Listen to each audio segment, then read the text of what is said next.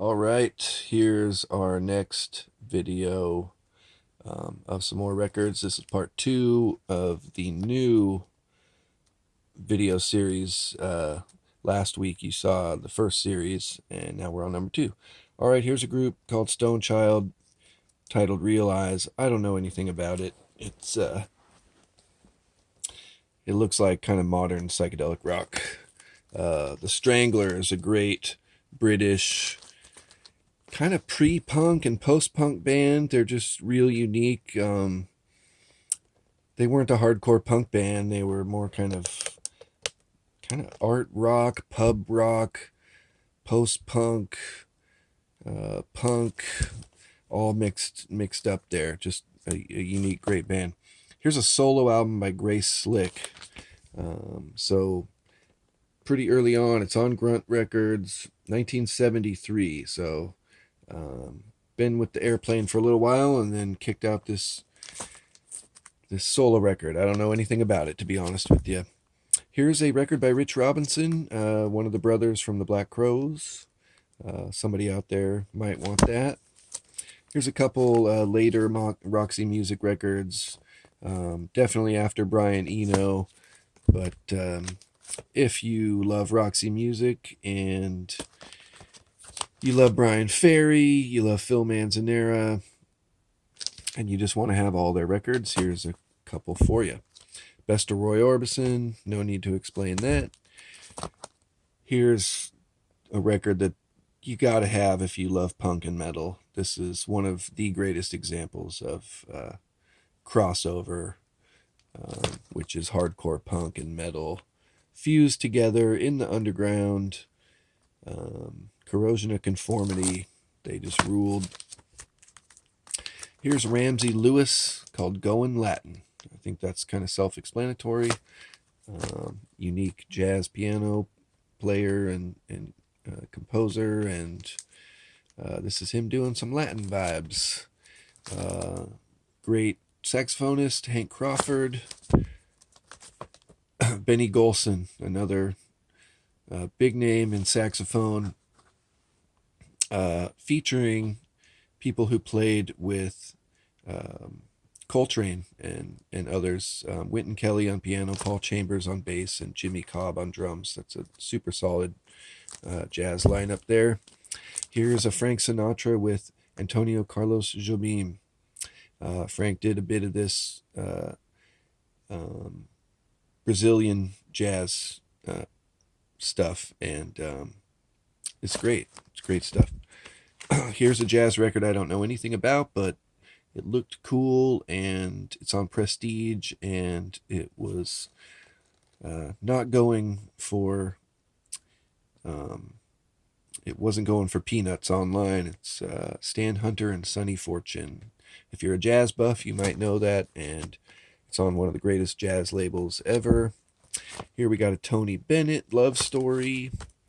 Another Frank Sinatra, not the youngest Frank Sinatra, but still in his earlier part of his career, and this is conducted by Nelson Riddle, who was a great arranger, conductor,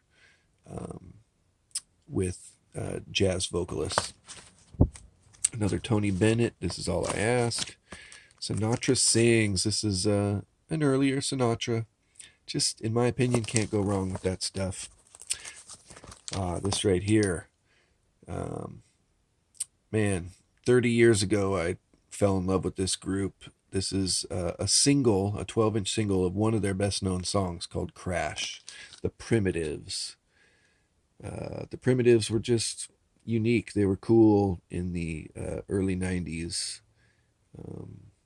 This actually came out in 1988, so even before that. Good stuff. The Pretenders' second album, called Pretenders 2. Almost as good as their first record. Good stuff.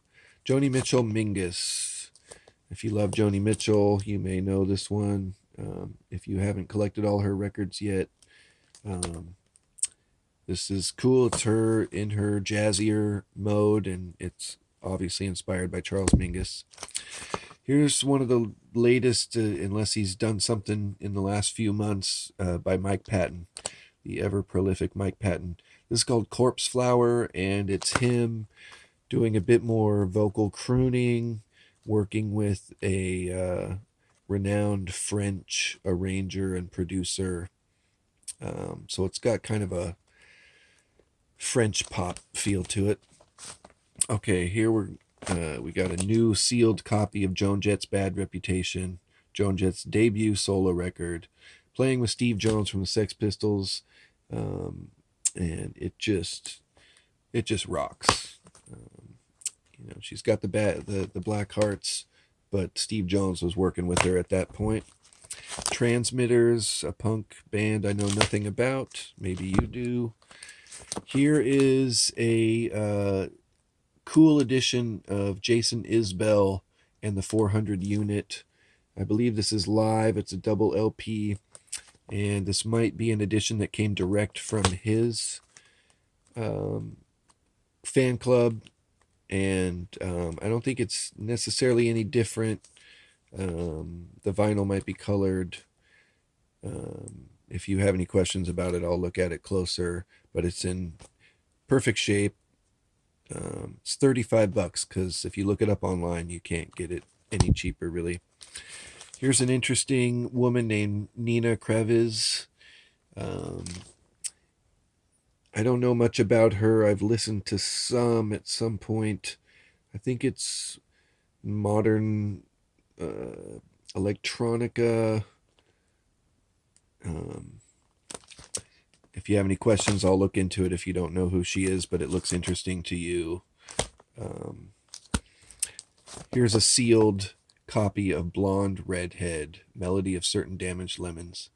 Blonde Redhead's awesome, especially back when they first busted out. This goes back to the year 2000. It's on Touch and Go Records, so it's coming from the lineage of bands that really made Touch and Go a big name. But at this point, they were modern. Now it's 20 years since this record came out, which is hard to believe.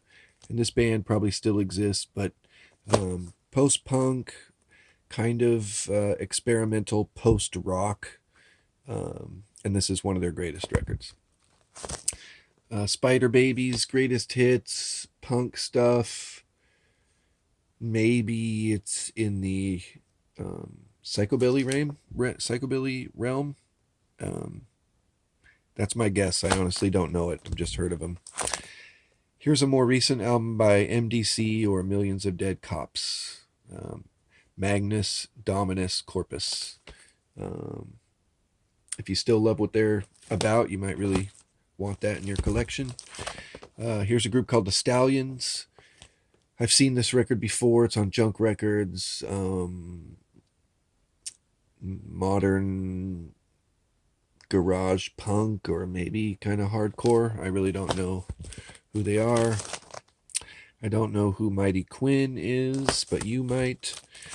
This is pretty rad, in my opinion. I liked it. It's a Brazilian hardcore punk band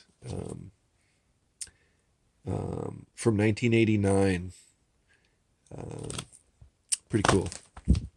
The Fixtures, another band I don't know anything about, just being honest with you, but it's on Alternative Tentacles Records, and maybe you're hip to that. Hangnail, looks like modern hardcore.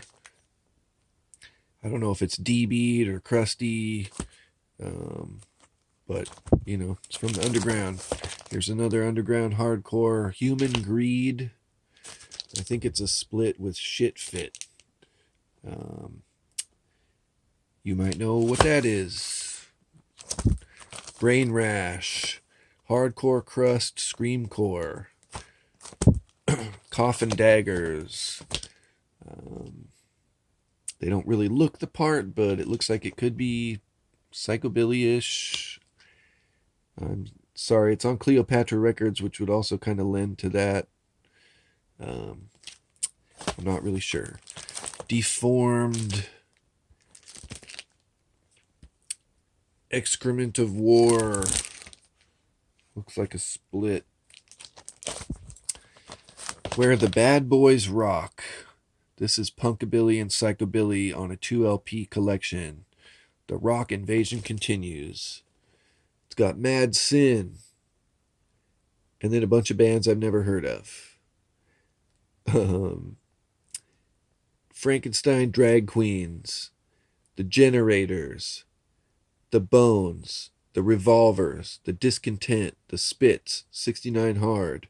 Trash Can Darlings. The Meteors. I know who the Meteors are. The Daybreak Boys. Damnation. V8 Wankers.